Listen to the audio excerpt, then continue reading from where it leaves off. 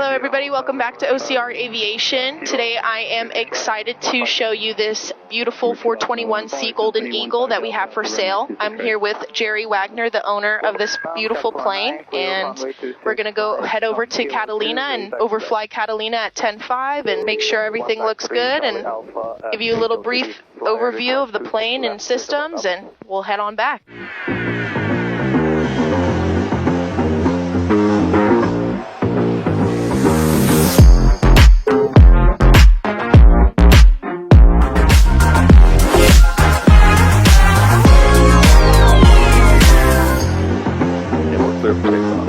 Put the power up nice and slow. It's hard to hold it all the way, so I didn't. For the brakes. Looking for the fuel flow.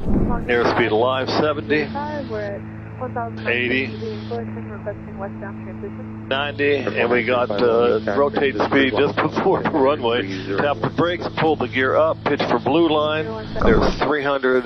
Continue. MSL. Traffic. We'll continue through. Westbound and then left at the river, 421 Julia Lima. Number 9 tango off the right. Okay, there's 1,000 AGL. Midfield We'll bring the power back. Midfield right down to the top of the green. 9 tango alpha.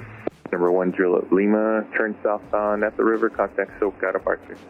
Southbound at the river, over to SoCal, 421 Julia Lima. Just jumping in on this 421, just a little history on 421s. Design started late 60s.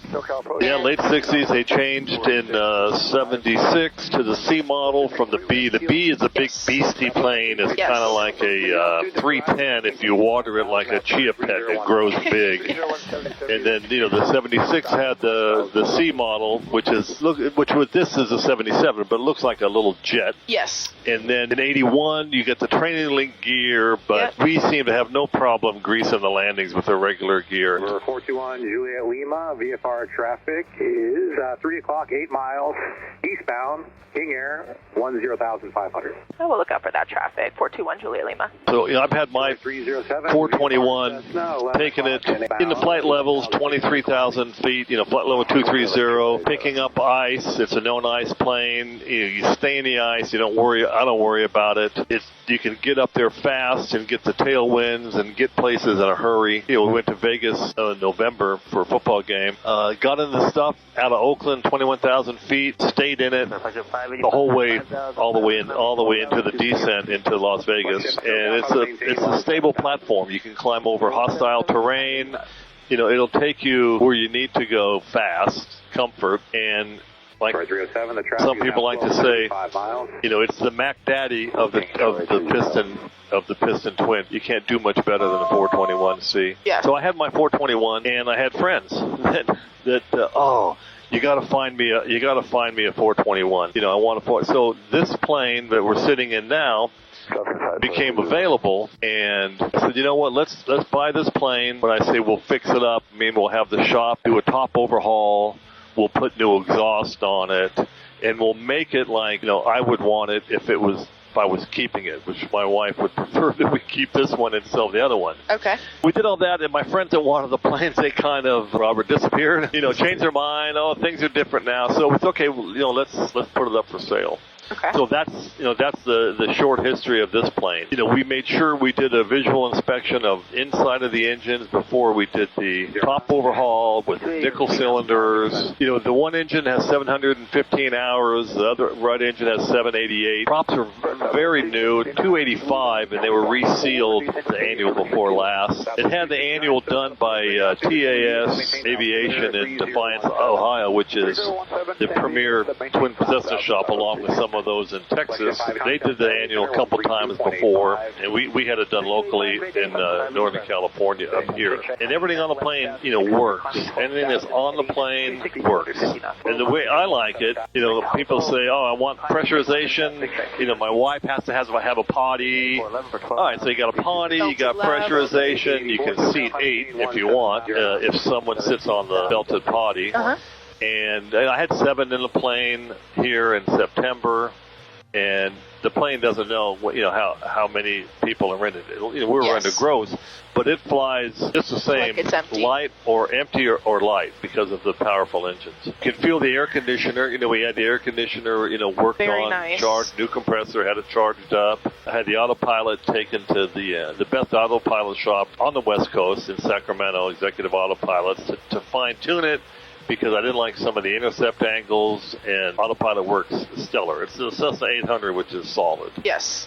Yeah, for the avionics, we have a beautiful setup. We have that Garmin G600, we have the 750, 430 with WAS, the 330 transponder, and the Cessna 800 autopilot. Really nice setup. It does well. And for me, I'm going somewhere I want to see the traffic ahead. I go all the way to the airport that we're going to see what the traffic is or what the patterns are. Yes. And especially for weather. Now, this plane has the wing locker tanks, the auxiliary tanks. They're on the nacelles. And so it's a 262-gallon airplane. I usually leave them with like 10 gallons each in case I need to use them. I don't always, fill them all the way up. Yes. You don't need to. If you have the wings filled, each wing holds 100 usable.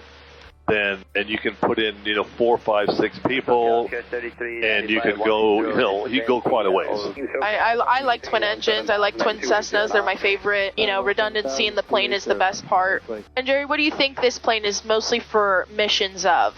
You think? It's for whatever mission you want. It's a great cross-country plane. Overall. For my missions, there's usually shorter hops in Northern California to Oakland and back and forth. But I also have family that lives in Southern California down here. I fly down here, on a regular basis to see them with other family members. And, that's what I want. This is a good plane for someone that wants safety. Yes. And security, and they can have their kids running up and down the aisles. Yes. You get a Baron. People have to choose what their mission is. Yes. And this will do whatever you want to do. I can land this easily at a 2,500-foot runway, and I can go slow and I can go fast. Yeah. It has a lot of versatility. Climb, descent, rapid descent. Well, you can climb. Yeah, and like we're at 10,000 feet. We're pressurized, and the cabin is at sea level right now. Looking at the cabin, pressure.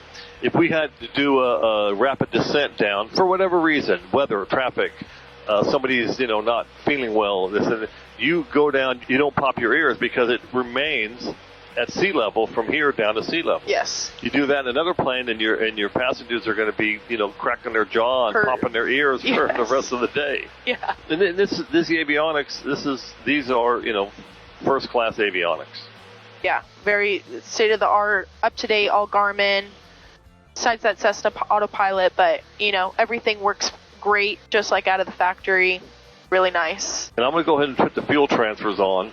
Perfect. And those gauges will come up. Perfect. And that's we transfer some, because the aux tanks only pump into the mains. They don't pump into the engine. Yes. Yeah, but you have 103 gallons on each side. Some will say, well, you're low on fuel. We still got 30 gallons aside. We're good. We got plenty. We're good. On that, and then plus I think there's 28 in each of those other two. And you can't outdrain, if you were pumping from the aux tank into the main, and then running both engines off of that main, because maybe you had a bird strike and you got a hole in your tank or something. You can't outpull the fuel. Yeah. So the designers from back then, they were smart. Have a lot of these redundancies built in, and that was one of them, where the amount that's pumped into the main tank will keep up with the engines that you need to pull it from. So it's about safety. Yes. And the other thing is, okay, so here's a good example. We still got the power in, but we have to descend. We have to descend. You deploy the speed brakes, the spoilers at any speed. Gets you down. And, it gets you down. Or if you have to go slow. The known ice feature in this plane is very comforting if you're going somewhere and there's ice that's forecast. Yes. You don't have to worry about, getting frosted up. No boots or minimal boots. Yes. This is, I come back to it being a safety. It is. A safety factor. Yes. Great family plane. Great individual plane too, with long missions, getting up and out of the weather, altitude, you name it. Right. It has it. You know, the beauty of the GTN 750, I put in 1,000 feet, 3 miles before the airport, and it says your vertical speed required 990. Perfect. And we're going down at 900 to 1,000. So, perfect. It can get down there when you need it. And since we're not going at the airport, yes, we don't have to go. We don't have to dive bomb down. Yes. Which is doable. Nice. Yeah. Nice that you have the option too. Yes. It's a very stable airplane. When you want to have, less pilot fatigue, turn the autopilot on. Locks in the heading, altitude, tracks the GPSS. We had coming down here, the whole way, and if you look at FlightAware, you'll see a straight line. And it works well for people to say, well, you use the autopilot, you rely on it. No, you train to not need it. Exactly. But you have it. Yes. And you use it. Why not? Yeah. It makes you, if I'm reading a SID that I don't know, or a rival that I'm not sure of. Yeah. It's like, reduces task saturation, getting in and out of the clouds, low IFR, heavy IFR days. If you have it and you want to use it, go ahead, obviously be proficient in hand flying, but being also proficient in activating your autopilot as well and disengaging, all that stuff. Right. The maintenance on these aren't much more than a regular twin Cessna. The pressurization system, is pretty flawless. And you don't have any, scheduled maintenance on that system. Out of the 414, the 421s I've had, none of them have had any issue with the pressurization. It works perfectly. It's like any turbocharged twin engine airplane or any turbocharged engine. You have to not shock cool. You do an inch a minute, 2 inches every 2 minutes. Yep, slowly walk them back. And on a 421, because of the geared engines, you don't let the propellers drive the engines. 1 Juliet Lima approach. SoCal approach, Cessna 421 Juliet Lima with you at 3,000, descending 1,000 on a 050 heading. 1 Juliet Lima, roger. Traffic ahead at your 1 o'clock, about 4 miles maneuver into Cherokee at 2,700. I'm looking for that traffic, 421 Juliet Lima. Pre-landing checklist is Papa Gumps. Perfect. Pressurization check. Air conditioner off. Perfect. Prop sink off. Auxiliary pumps off. Gas on mains. 12 o'clock, 2 miles up to the And then we got undercarriage, mixture, props, and seatbelts.